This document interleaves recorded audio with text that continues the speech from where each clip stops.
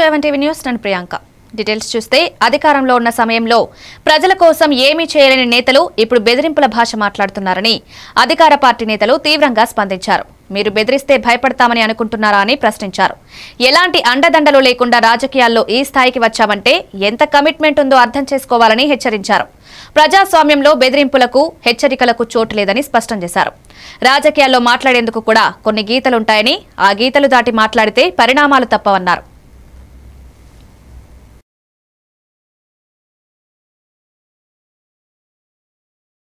అదే విధంగా ప్రజల్లో చైతన్యం తెచ్చే విధంగా ఎన్నో పోరాటాలు చేసి ఈ రోజు 42% రిజర్వేషన్ పై సుప్రీంకోర్టు ఇచ్చిన తీర్పు నిజంగా బీసీల విజయము. అదే విధంగా బీసీలు ఇవాళ రాష్ట్రంలో ఉన్న బీసీలందరూ కూడా ఈ రోజు మరి ఈ యొక్క తీర్పును స్వాగతించడంలో ఎలాంటి అతిశక్తి లేదు.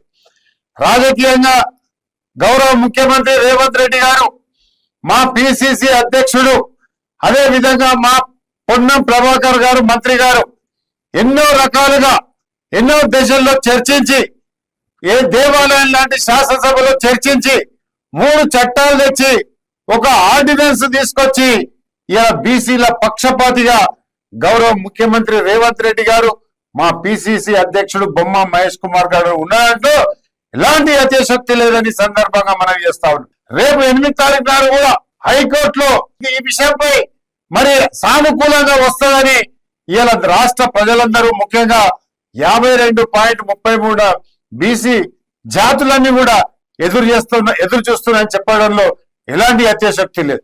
నేను ఈ టిఆర్ఎస్ పార్టీని, అదే విధంగా బీజేపీ పార్టీలను, బీసీ నాయకులను, అదే విధంగా రాష్ట్ర నాయకత్వాన్ని ప్రశ్నిస్తున్నా.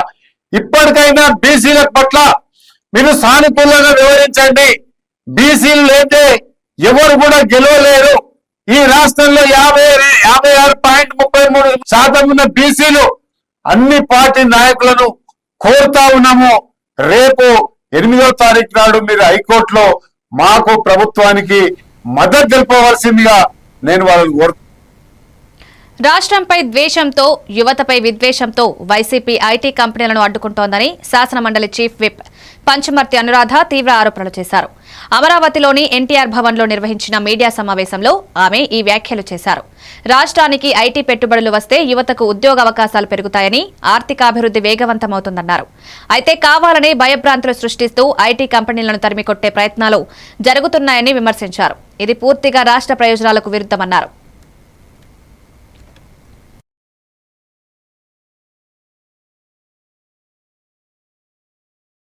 ఓడించిన విషయం కూడా అందరికీ తెలిసిందే.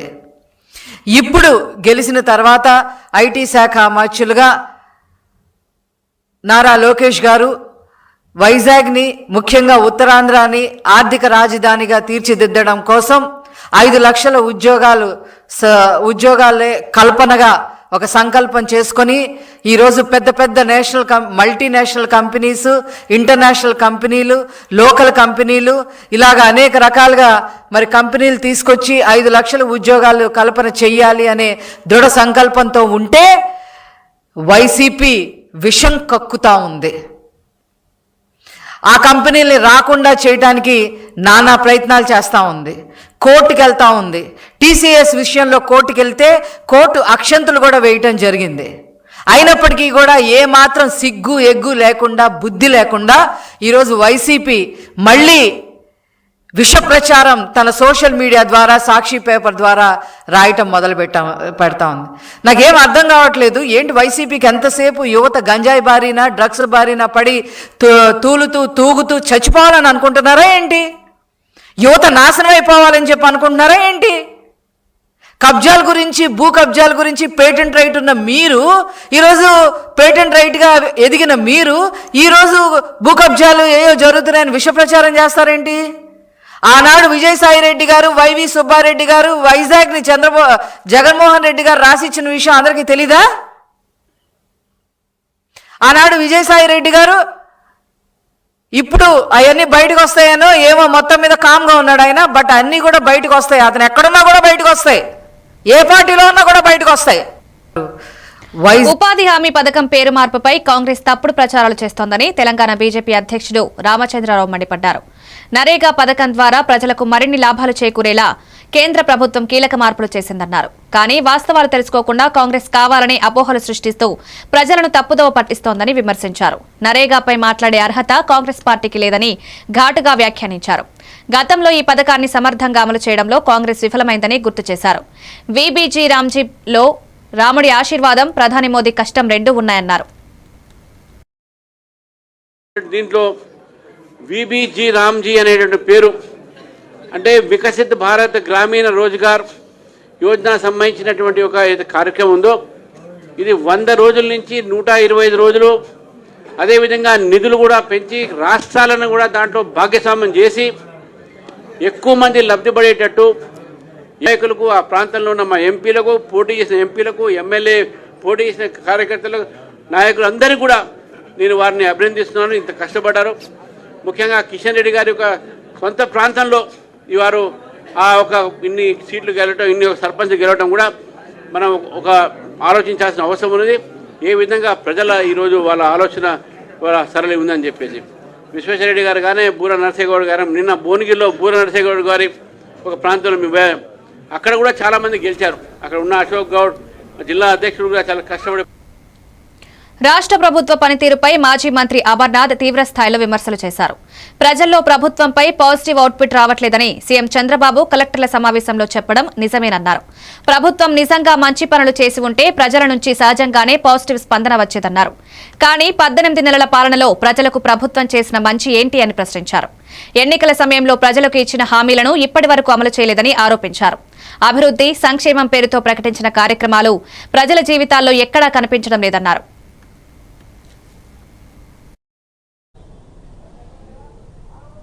మీరు ఈ ప్రైవేట్ రియల్ ఎస్టేట్ సంస్థలకి భూములు కేటాయించి దాంట్లో ఇన్ని రకాలైనటువంటి పాలసీస్ పెట్టారు. నాకు అవుట్పుట్ రావట్లేదు, ప్రజల నుంచి అవుట్పుట్ లేదు అంటాడు. ప్రజలకు ఏదైనా చేస్తే ప్రజల నుంచి అవుట్పుట్ వస్తుంది తప్ప మీరు ఇన్పుట్ అంతా నీ కొడుక్కిచ్చుకొని అవుట్పుట్ ప్రజలను అడిగితే ఎక్కడి నుంచి వస్తుంది? గడిచినటువంటి సంవత్సరంన్నరలో సహజంగా ఎవరన్నా ప్రభుత్వంలోకి వచ్చినటువంటి కొత్తలో మొదటి సంవత్సరంన్నర 2 సంవత్సరాల్లో తిరిగి ప్రభుత్వం దీన్ని వెనక్కి తీసుకుంటుంది అనేటువంటి కనీస నార్మ్ కూడా ఈ సంస్థలకి, ఈ ప్రైవేట్ సంస్థలు దేనికి పెట్టాల. అంటే ఇలాంటి టీసీఎస్ అని, కాగ్నిజెంట్ అని, ఇన్ఫోసిస్ అని కంపెనీల పేరు చెప్పి రాష్ట్రంలో ఫిలిం, టెలివిజన్ ఎకోసిస్టమ్ను మరింత అభివృద్ధి చేసేందుకు ప్రభుత్వం పూర్తి చిత్తశుద్ధితో పనిచేస్తోందని సినిమాటోగ్రఫీ మంత్రి కోమటిరెడ్డి వెంకటరెడ్డి తెలిపారు. సినిమా పరిశ్రమకు అవసరమైన మౌలిక వసతులు, విధానపరమైన సహకారాన్ని ప్రభుత్వం అందిస్తుందన్నారు. తెలంగాణను దేశంలోనే ప్రముఖ ఫిల్మ్ హబ్గా తీర్చిదిద్దడమే ప్రభుత్వ లక్ష్యమని స్పష్టం చేశారు. సినిమా, టీవీ రంగాల విస్తరణతో యువతకు ఉపాధి అవకాశాలు పెరుగుతాయని అన్నారు. స్టూడియోలు, శిక్షణా కేంద్రాలు, టెక్నికల్ సపోర్ట్ వ్యవస్థను మరింత బలోపేతం చేస్తామని తెలిపారు. ఫిలిం, టెలివిజన్ రంగాలు రాష్ట్ర ఆర్థిక వ్యవస్థకు కీలకమని పేర్కొన్నారు.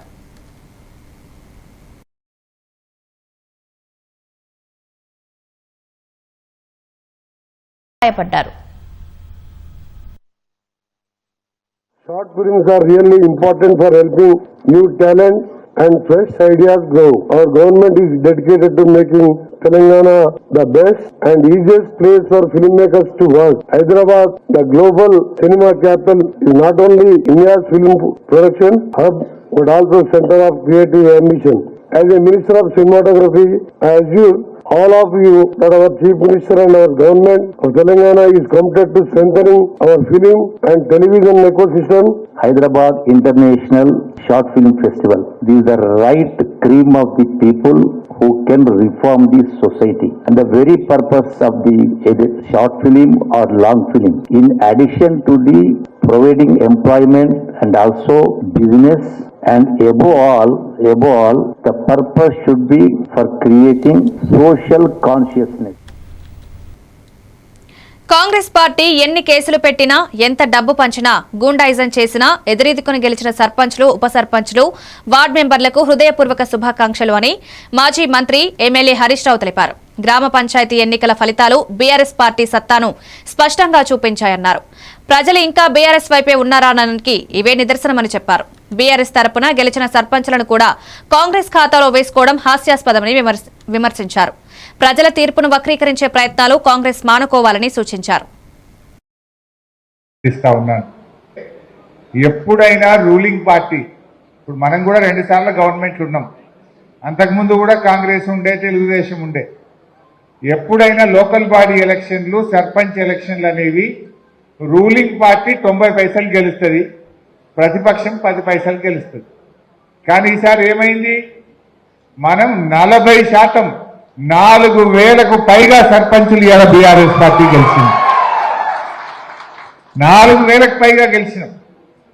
అఫ్ కోర్స్ రేవంత్ రెడ్డి కథ వేరు, మంది పుట్టిన బిడ్డ కూడా నా బిడ్డనే అంటాడు, ముద్దు పెట్టుకుంటాడు. ఈ కేసు వేరే కేసు ఇది. ఎందుకంటే మొన్న లెక్కలు చెప్పిండు. ఇప్పుడు మనము గెలిచిన సర్పంచులు కూడా ఆయన ఖాతాల్లో వేసుకున్నాడు.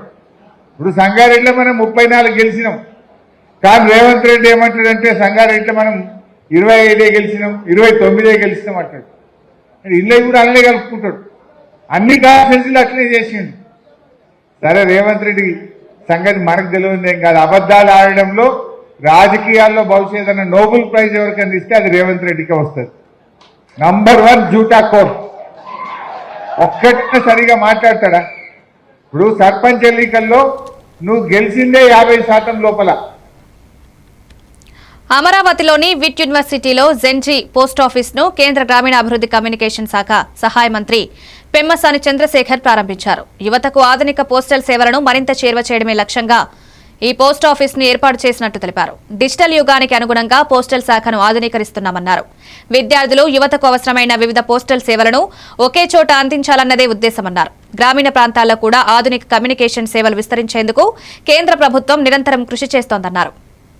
4.5 lakhs ఉన్నారు. Largest employing public sector unit after defence and railways. We are 3rd largest.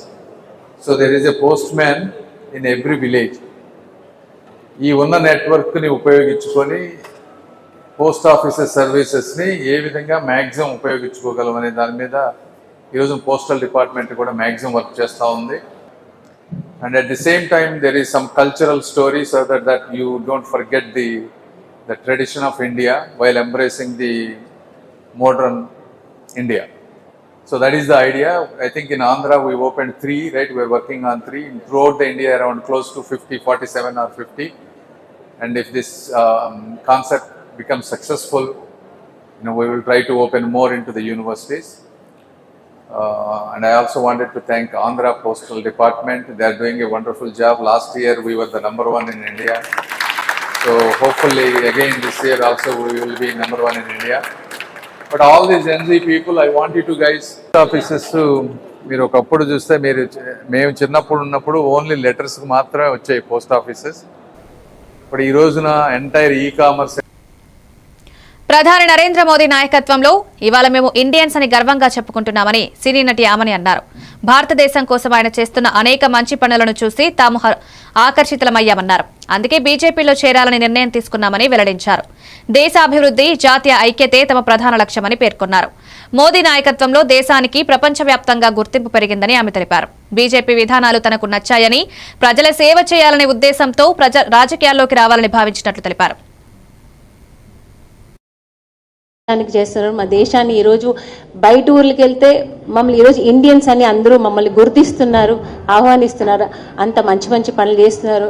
We are Indians అని చెప్పుకోవడానికి గర్వంగా ఉంది ఈరోజు. దానికి కారకులైన మన మోదీ గారు, ఆయన అలాగే మనకు కాశ్మీర్లో జరిగిన ఒక ఇన్సిడెంట్ కానీ, ఆయన చేసిన ఒక సింధూర్ అనే ఒక మిషన్, దీన్ని సక్సెస్ అవ్వడానికి కూడా ఆయన ఎంతో ఒక పెద్ద పనులు చేశారు. ఇలాంటివి ఇంకా ఎన్నో అవన్నిటికీ నేను ప్రభావితమై నేను కూడా ఇలాంటి మంచి పనులు చేయాలని గాంధీ అనే పదం వింటేనే ప్రధాని మోదీ, అమిత్ షాలకు వణుకు పుడుతోందని టీపీసీసీ అధ్యక్షుడు మహేష్ కుమార్ గౌడ్ తీవ్ర వ్యాఖ్యలు చేశారు. దేశమంతా సోనియా గాంధీ, రాహుల్ గాంధీ, ప్రియాంక గాంధీ పేర్లు వినిపిస్తుండటంతోనే గాంధీ అనే పేరు లేకుండా చేయాలని కుట్రలు చేస్తున్నారని ఆరోపించారు. రాజకీయంగా గాంధీ కుటుంబాన్ని ఎదుర్కొనే సత్తా లేకపోవడంతోనే ఈ తరహా ప్రయత్నాలకు పాల్పడుతున్నారన్నారు. అసలైన గోడ్సే వారసులు మోదీ, అమిత్ షాలేనని ఘాటు విమర్శలు చేశారు. కాంగ్రెస్ పార్టీ చరిత్ర, దేశ స్వాతంత్ర పోరాటంలో గాంధీ కుటుంబం చేసిన త్యాగాలు ప్రజలకు బాగా తెలుసన్నారు. పేరు మార్చితే చరిత్ర మారిపోదని, నిజాలను దాచలేరని హెచ్చరించారు. ప్రజాస్వామ్యం, స్వేచ్ఛ, సమానత్వం కోసం మహాత్మా గాంధీ బోధనలు ఎప్పటికీ నిలిచే ఉంటాయన్నారు. గాంధీ పేరుని తొలగించే సాహసం చేసినారంటే వీరు నిజమైన గాడ్సే వారసులు తప్ప ఇంకెవరూ కాదనే మాట ఈ సందర్భంగా చెప్పదలుచుకున్నాను. నిజంగా గాంధీ మహాత్ముడి యొక్క నమ్మకాన్ని, వారి విలువల్ని పాటించే వారైతే ఇవాళ మన్రేగా స్కీమ్ నుంచి మహాత్మా గాంధీ పేరు తొలగించరు. వీళ్ళు గాడ్సేని పూజించేటువంటి దుర్మార్గపు ఆలోచన నాయకులు కాబట్టే ఇలా మహాత్మా గాంధీ పేరుని మన్రేగా స్కీమ్ నుంచి తొలగిస్తా ఉన్నారు. రాజకీయంగా మోడీ, అమిత్ షాకి గాంధీ అనే పదం పలుకుతేనే ఉలుకు పుట్టుకుంటా ఉంది. ఇవాళ కేవలం సోనియా గాంధీ, రాహుల్ గాంధీ, ప్రియాంక గాంధీ పేర్లు యావత్ దేశం పలుకుతుంది కాబట్టి గాంధీ అనే పేరు తొలగిస్తే నాకు కొంత వెసులుబాటు దొరుకుతుందన్నటువంటి ఒక దుర్మార్గపు ఆలోచనతోని దేశ జాతిపిత మహాత్మా గాంధీ పేరు. తెలంగాణ ప్రజలు కూడా డబుల్ ఇంజిన్ సర్కారు కోరుకుంటున్నారని కేంద్ర మంత్రి బండి సంజయ్ అన్నారు. ఏపీలో జరుగుతున్న అభివృద్ధిని చూసి మేము పొరపాటు చేశామన్న భావనలో తెలంగాణ ప్రజలున్నారన్నారు. కేంద్రం, రాష్ట్రం కలిసి పనిచేస్తే అభివృద్ధి వేగంగా జరుగుతుందనే విషయాన్ని ప్రజలు గుర్తిస్తున్నారని తెలిపారు. ఎప్పుడెప్పుడు ఎన్నికలు వస్తాయని ప్రజలు ఆసక్తిగా ఎదురుచూస్తున్నారన్నారు. ఎన్నికలు ఎప్పుడొచ్చినా బీజేపీ సొంతంగా ప్రభుత్వం ఏర్పాటు చేస్తుందని ధీమా వ్యక్తం చేశారు. తెలంగాణలో ప్రస్తుత పాలనపై ప్రజల్లో అసంతృప్తి పెరుగుతోందని వ్యాఖ్యానించారు. అభివృద్ధి, సంక్షేమంలో రాష్ట్రం వెనుకబడి ఉందని ప్రజలు భావిస్తున్నారన్నారు.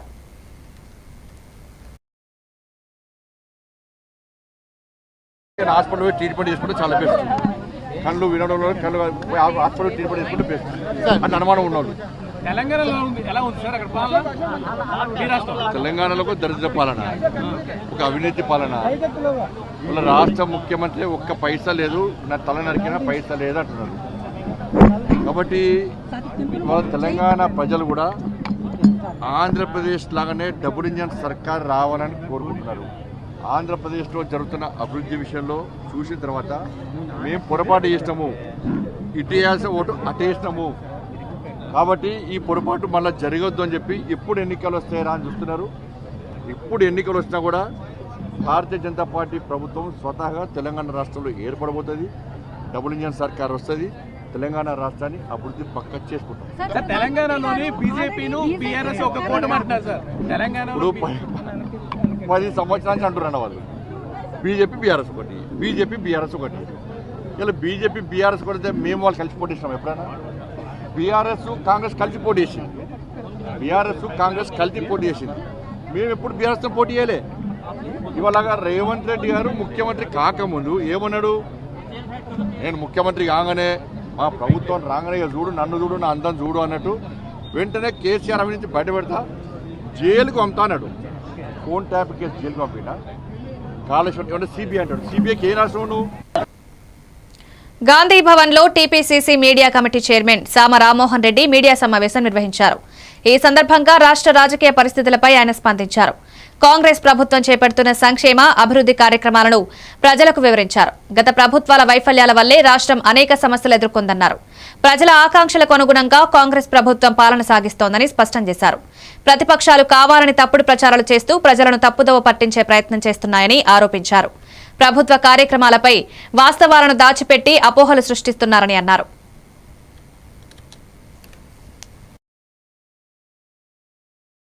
పేరు కోసం పాటలాడేటటువంటి వ్యక్తి కూడా కాదు.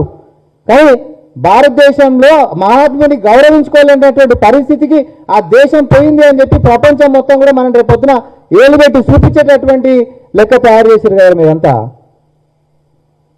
కానీ చట్టం పేరు మీద తీసుకొని వచ్చి అసలు ఈ చట్టం ఏంటిదంటే తెలంగాణలో ఈ ఉపాధి హామీ పథకం కింద జాబ్ కార్డు హోల్డర్లు అంటాం.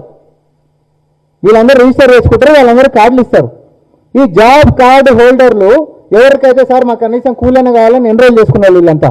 వీళ్ళు తెలంగాణలో 53 లక్షల మంది ఉన్నారు. ఎంతమంది ఉన్నారు? 53 లక్షల మంది ఉన్నారు. ఈ 53 లక్షల మంది రేపొద్దున మాకు కూలి కావాలనుకుంటే పోయి పని చేసుకునేటోళ్ళు.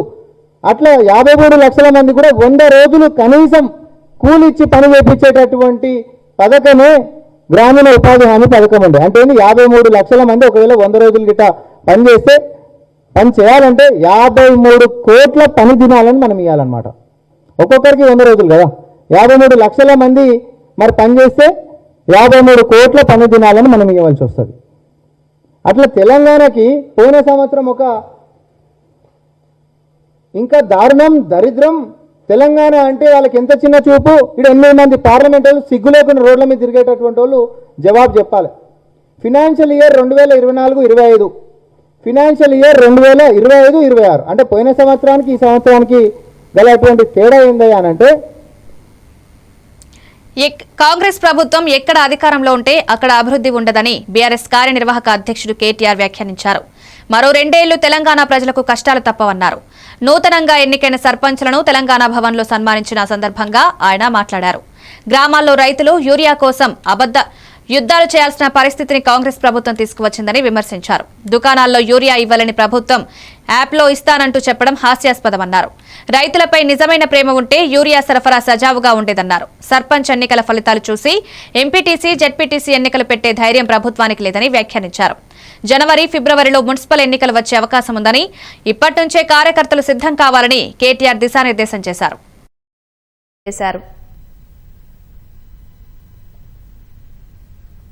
ప్రజలకు అన్ని వాస్తవాలు, అన్ని విషయాలు ఒక్కొక్కటిగా అర్థమవుతా ఉన్నాయి. ఒక్కొక్క వర్గానికి ఇప్పుడిప్పుడే మొత్తం తేటతెల్లమవుతున్నది. అన్ని విషయాలు వివరంగా అర్థమవుతున్నాయి. ప్రజలు ఎదురు చూస్తున్నారు. ఇప్పుడు నిజానికి ఈ ఎలక్షన్లో కేసీఆర్ గారు కాలు బయట పెట్టలే, ఒక మాట కూడా టీవీలో కూడా చెప్పలే. కానీ మన సింబల్ కూడా లేదు, కారు గుర్తు కూడా లేదు.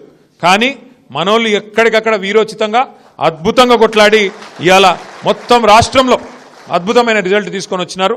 దానివల్ల ఇవాళ ప్రభుత్వమే వెనుకకు పారిపోయే పరిస్థితున్నది. జిల్లా పరిషత్, మండల పరిషత్ ఎలక్షన్లు పెట్టకుండా గుర్తు లేకుండానే గిట్లున్నది. ఇక గుర్తొచ్చి మళ్ళీ కేసీఆర్ గుర్తుకొస్తే ఎట్లుంటుందో అని చెప్పి తప్పించుకొని పారిపోయే పరిస్థితున్నది.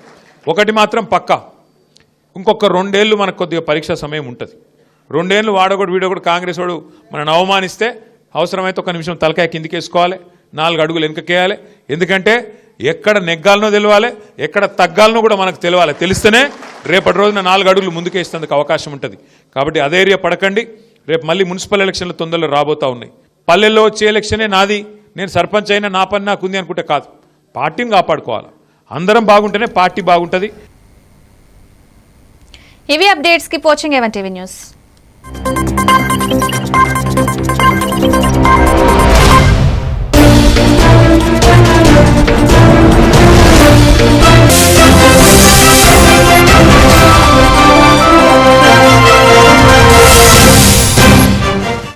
గారు కూర్చోలేరు.